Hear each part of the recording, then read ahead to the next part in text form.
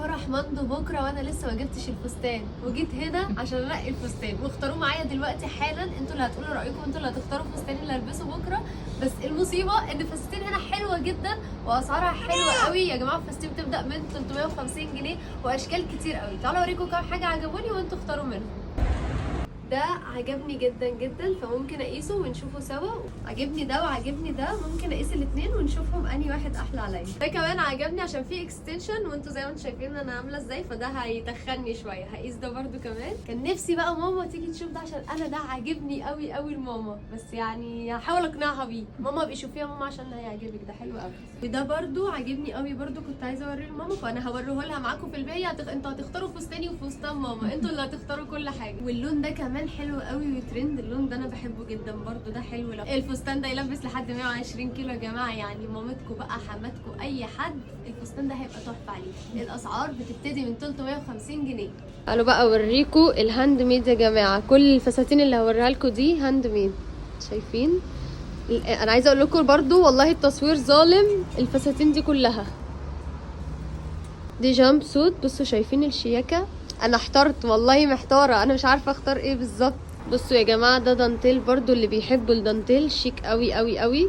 بصوا بقى الجمال ده، يعني انا شايفه ان ده يمشي فستان خطوبه اصلا. هو فستان خطوبه هو ده فستان خطوبه بجد، تحفه تحفه، حلوه قوي قوي قوي.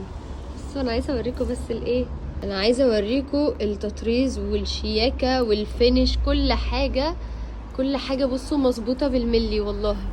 الفساتين شيك جدا جدا جدا، وقليل لما بلاقي اماكن زي كده ما جتش جنبه.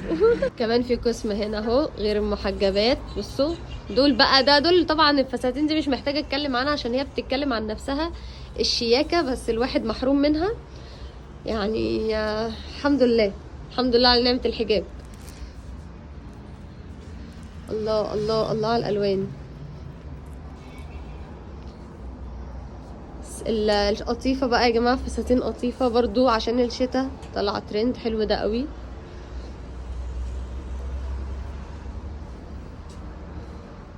في كمان يا جماعه بلوزات اللي مش حابين يلبسوا فساتين. بصوا بقول لكم عندهم تشكيله من كل حاجه، بلوزات اشكال والوان.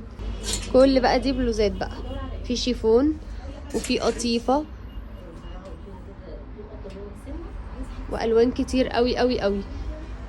ما نسيناش الاطفال بقى، عندهم فساتين اطفال كمان. بصوا بصوا الجمال، بصوا بصوا الله تحفه.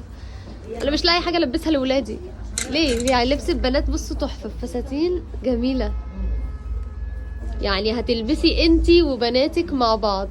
بصوا ده حلو قوي وعاجبني قوي، والاكستنشن حلو علشان مش مرفعني. انتوا ايه رايكم بغض النظر بس عن البادي والطرحه؟